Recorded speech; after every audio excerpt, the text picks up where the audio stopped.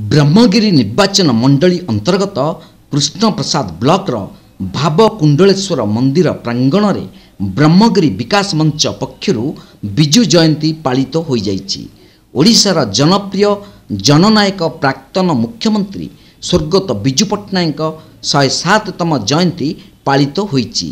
एही उत्सव में ब्रह्मगिरी विकास मंचर अध्यक्ष तथा जिला परिषद सभ्य कैलाश चंद्र परिड़ा अध्यक्षता करी कहले, ओडिशार कोण अनुकोण रे विजु बाबू लोकप्रिय नेता थिले।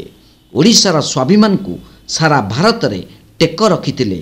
एसीएस कॉलेज साधारण संपादक थिबा बेले श्री परिड़ा विजु बाबू को अतिथि भावे आमंत्रण करी सौभाग्य अर्जन करथिले। तांकर समयानुवर्तिता संपर्क रे छात्र छात्री मानकु सेतेबेले बुझाइथिले।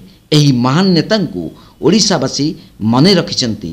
एही सभारे विजु प्रेमी वरिष्ठ राजनेता बिहारी बंधु पलाई, कृष्णप्रसाद ब्लॉक 500 रु ऊर्ध्व युवक, समाजसेवी और अंचलवासी जोग देइथिले। विजु पट्टनायक अमर रहे, अमर रहे, अमर रहे। नवीन पट्टनायक जिंदाबाद, जिंदाबाद, जिंदाबाद। नवीन पट्टनायक जिंदाबाद, जिंदाबाद, जिंदाबाद।